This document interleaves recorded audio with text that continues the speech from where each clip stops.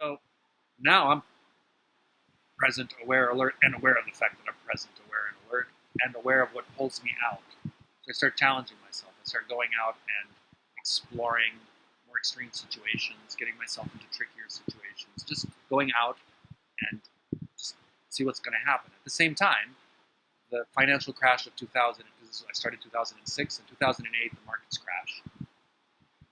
And by the end of 2008, by 2009, I've lost all the money I had left over and saved up.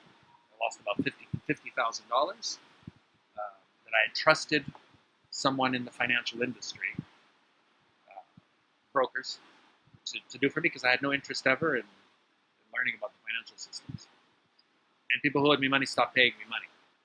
So I looked into the problem and I realized that Citibank and Bank of America and Ameriprise Corporation, all these companies had been naughty, that I'd lost my money because of them. But I had platinum cards in all those areas. So I withdrew 40 grand back out in cash advances. Called them up and said, you guys crashed and lost me all this money. So I've taken it back. I'm an honest man. I will pay you back, but I need to complete my project. I'm on a research sabbatical right now. I've got something very interesting I'm working on, and I'm not gonna stop doing this because of something like money. So I'm not going to pay you back until I'm ready to pay you back. Don't bother calling me or anybody else because you're not getting anything. You guys screwed up. I'll figure it out, and I'll pay you back when I'm ready. I hung up, cut up my cards, threw them away, never heard from them again. They left me alone. They called my mother and harassed her a few times, and she said, stop bothering me, so they stopped bothering her, and that was it. So then I took what I had left. Now I've got a limited amount of resources. I need to figure out what to do. My intuition says keep going. You have to figure this out. And as this is happening, and now I've been present for about 6 months, a friend comes to visit from California, and she wants to see Bangkok, go out, go to the clubs, go dancing.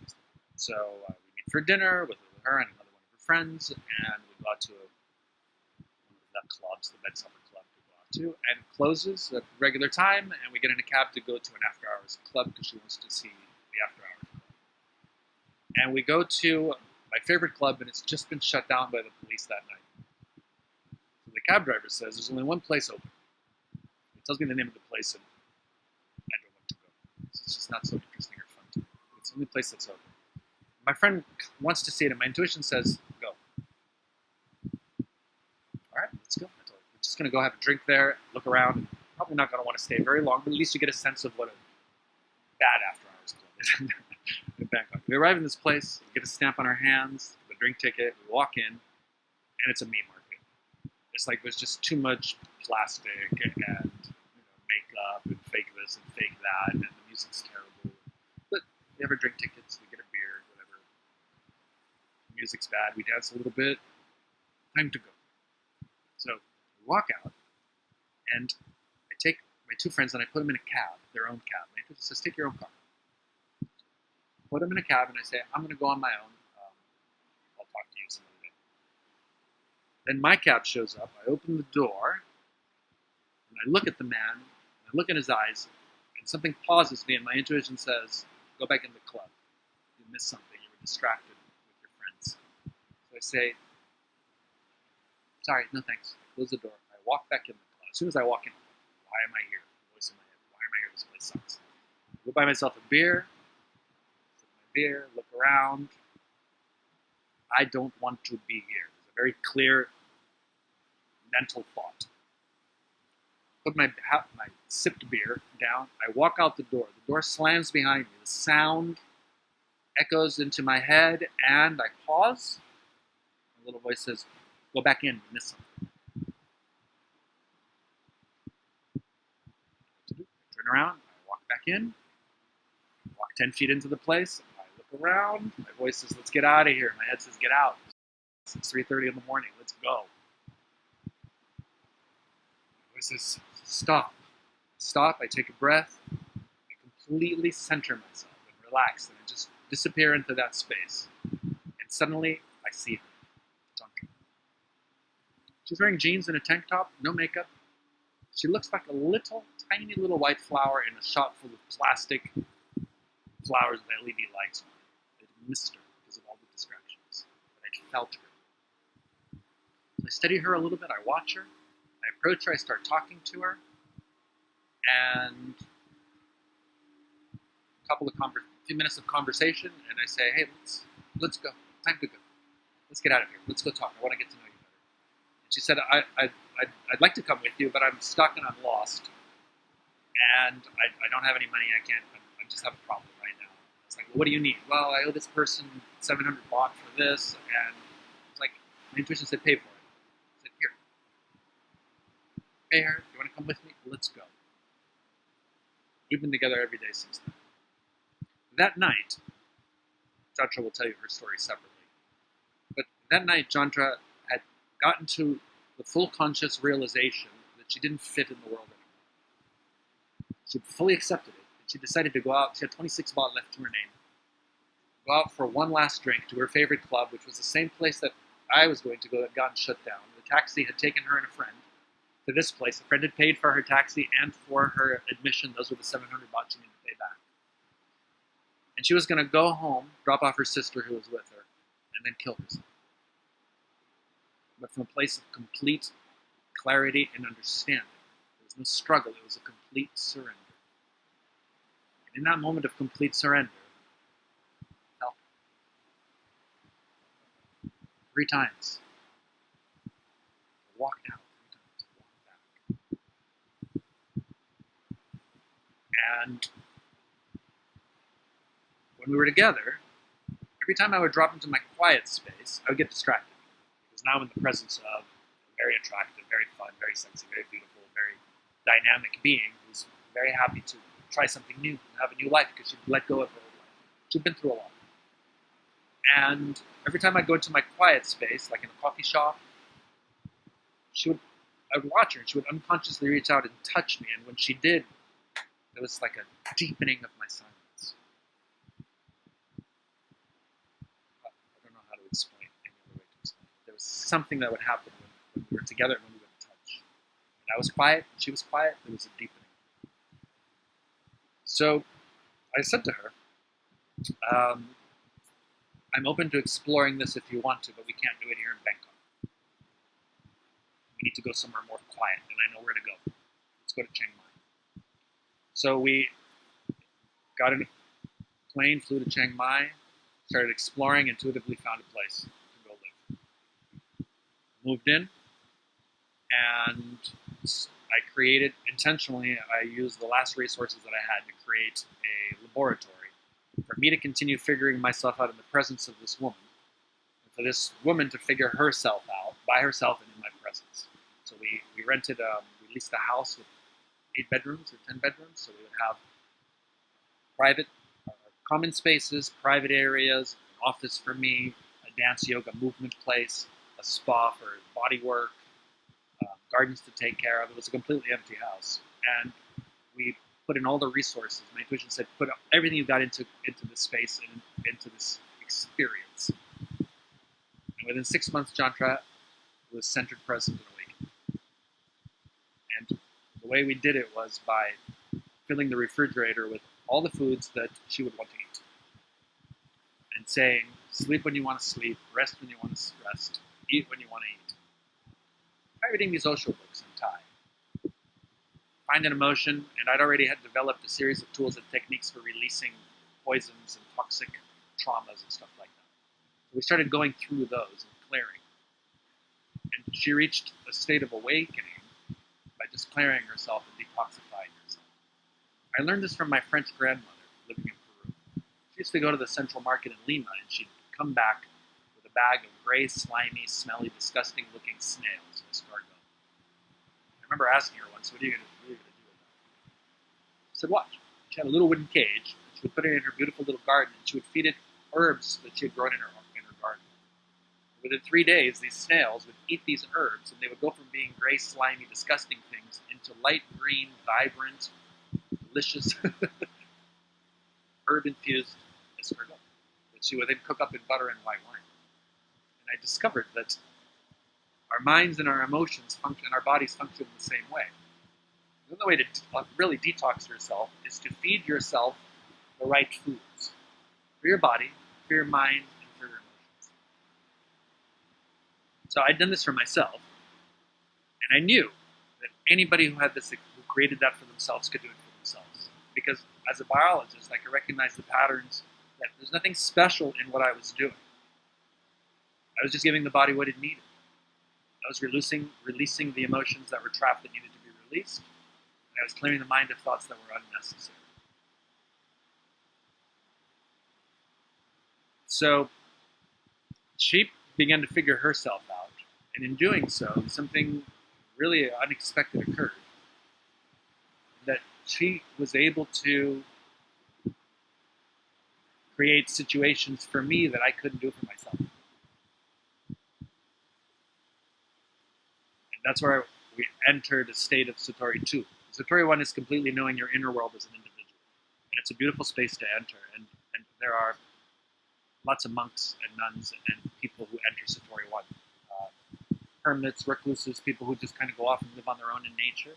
They find inner balance and they're okay with their environment, and they go catch a fish or they grow some vegetables in their backyard. They're okay. That's relatively easy to attain to. Learning how to do that with somebody else is more complex, but both people have to enter the state of knowing themselves as an individual. We humans are not we're not complete as individuals. We're complete as a couple.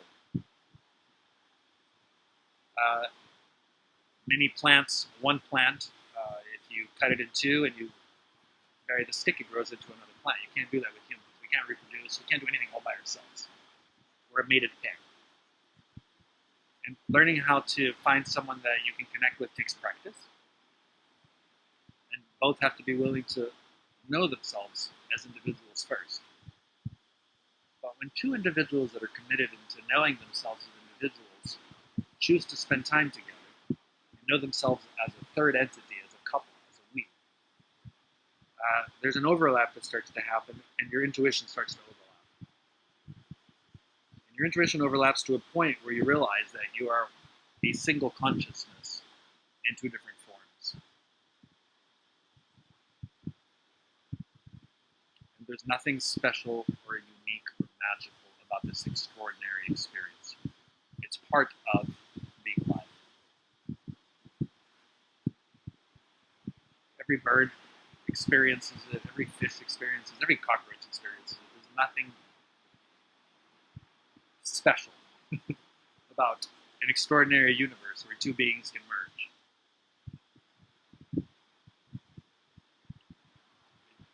The whole process of awakening and transcending yourself needs to be demystified. It needs to be lowered from the pedestal. It needs to be brought back to a very baseline. This is the minimal standard for where a human being should be. It's not the highest point. Being awakened is not a point where somebody should be put on a pedestal and their feet should be touched and they should be congratulated. It's the baseline default. Every human being, by the time they reach puberty, should enter that space. We could all be operating from that space. Instead of putting people up on a pedestal and saying, oh, this is a Buddha.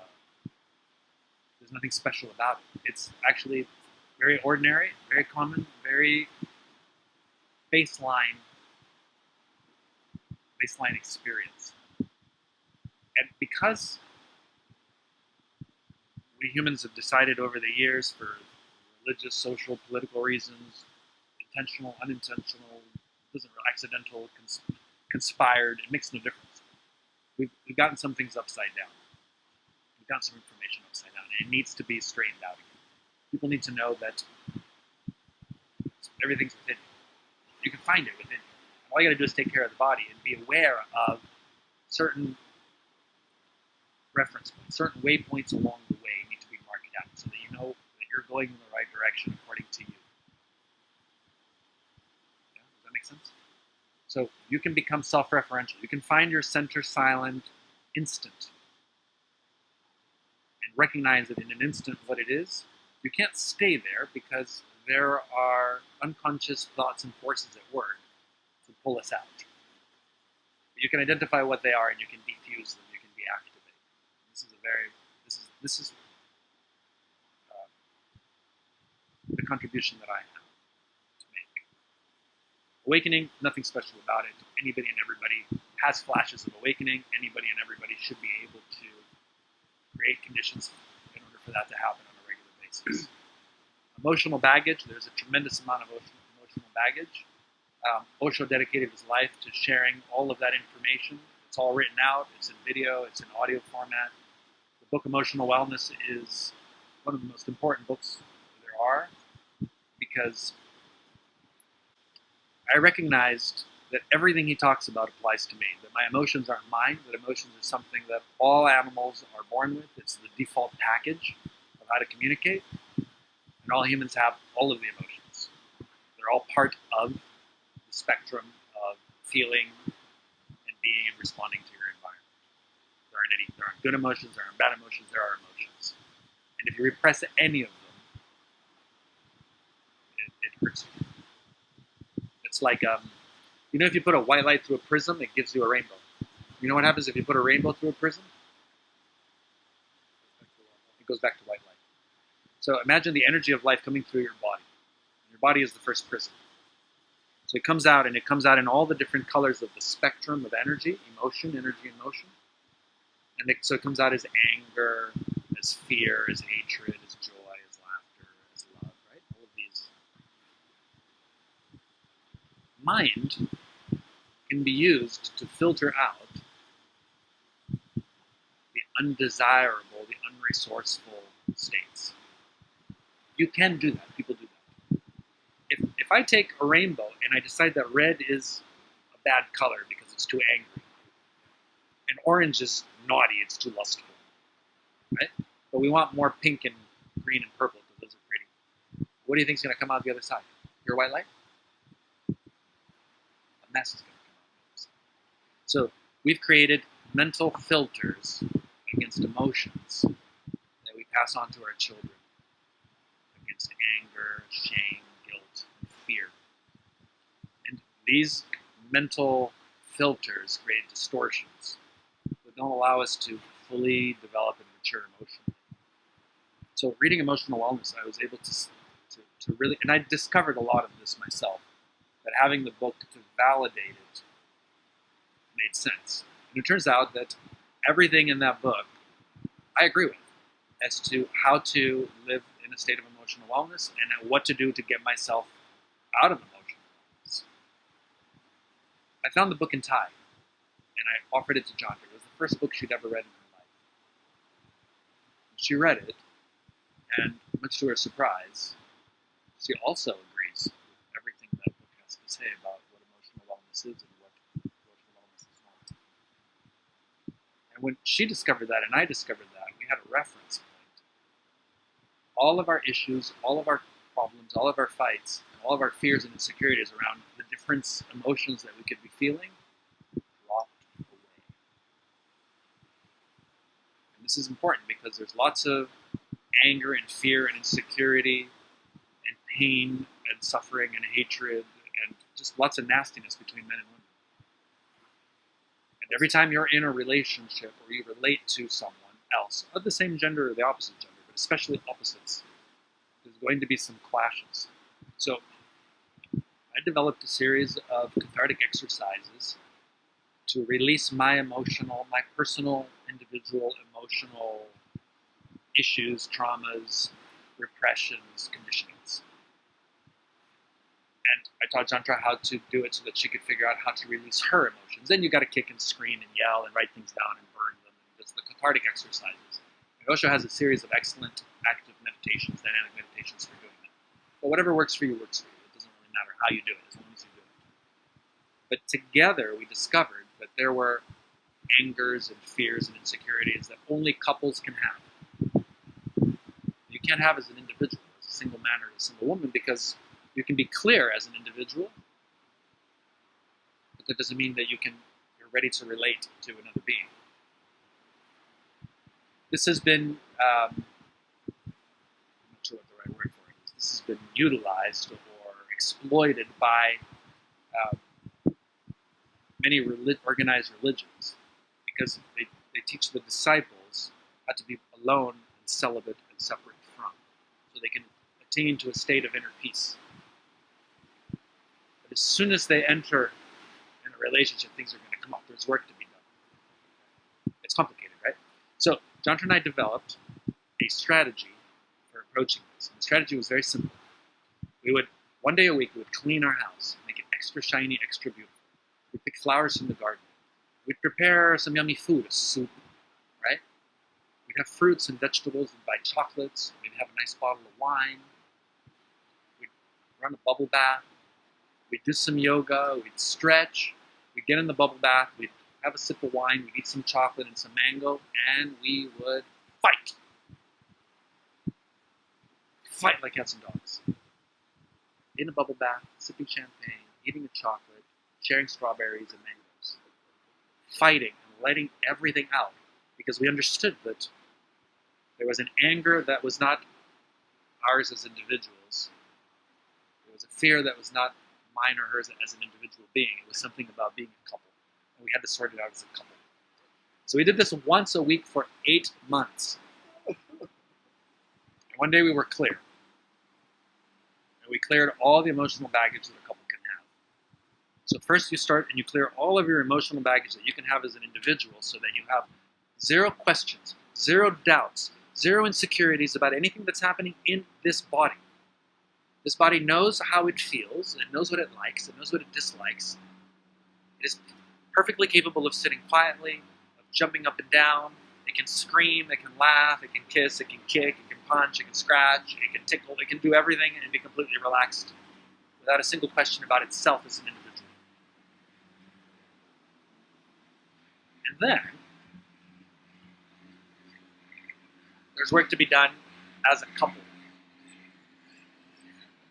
And we cleared the final hurdles. We declared war on the anger, the fear, the stupidity, the misogyny, the violence between men and women that we'd absorbed through our cultures, through all the stories, through all the romances, through all the movies, through all the poems, through our parents,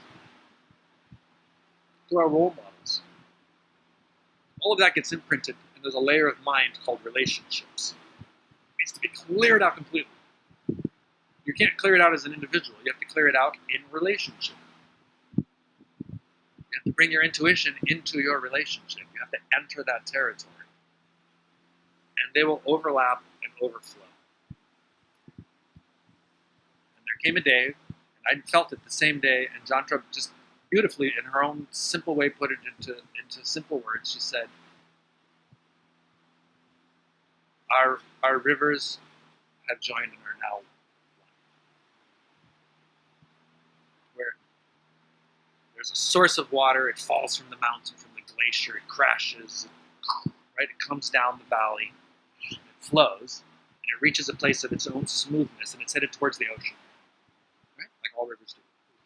And it goes through the rapids and the rushes, and it reaches a place of, it's going fast, it's strong, it's fast, it's smooth, but it doesn't have any inner turbulence.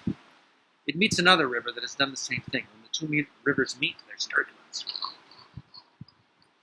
But eventually they smooth out and widen into a greater stream that is in flow. And that stream makes it to the ocean. That rivering makes it to the ocean.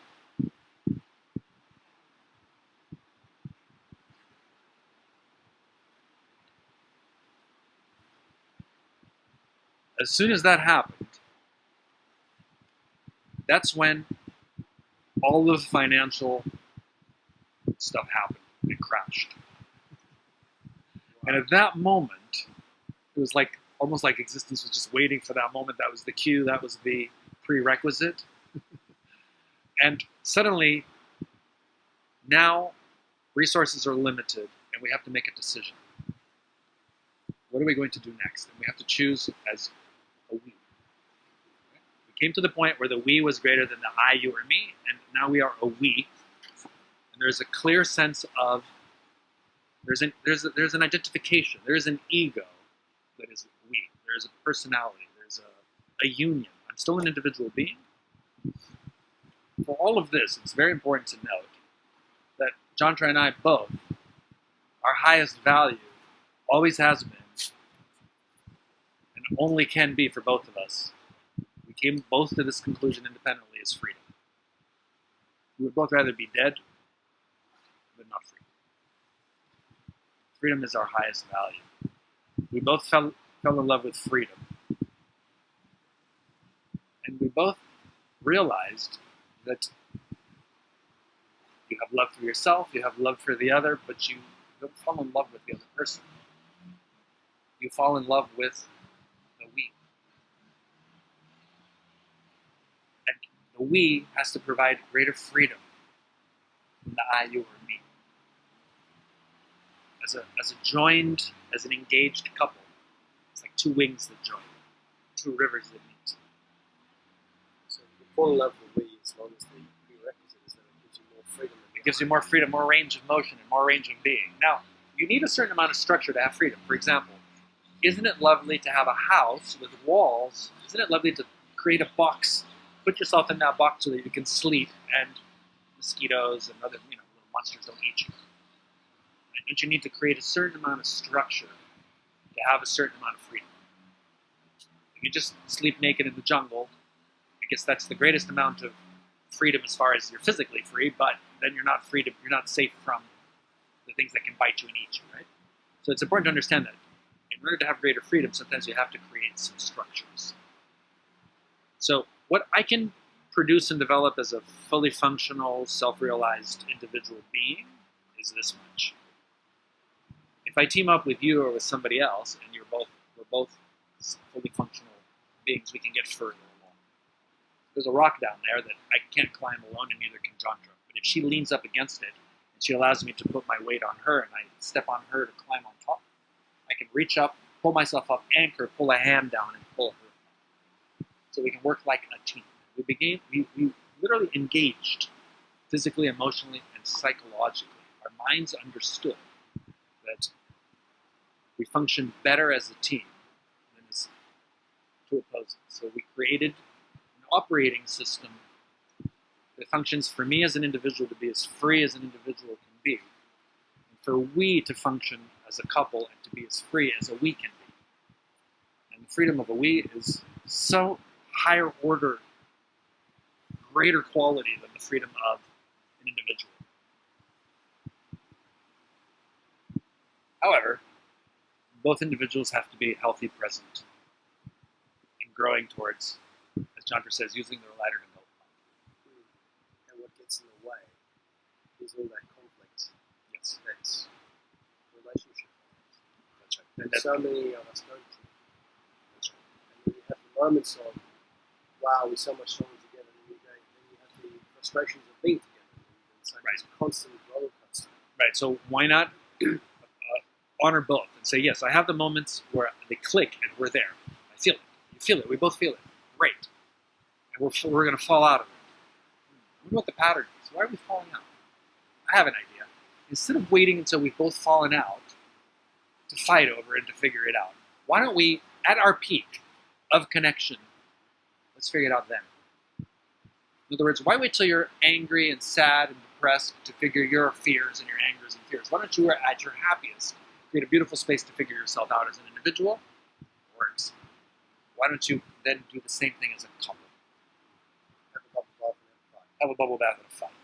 Yeah, exactly. And then call massage therapists to clear it out and eat some yummy soup, right? And then go to bed, listen to music, watch a nice movie, whatever. Make love, whatever. And step by step, you clear out the relationship territory of the mind, because mind is only there to function with others.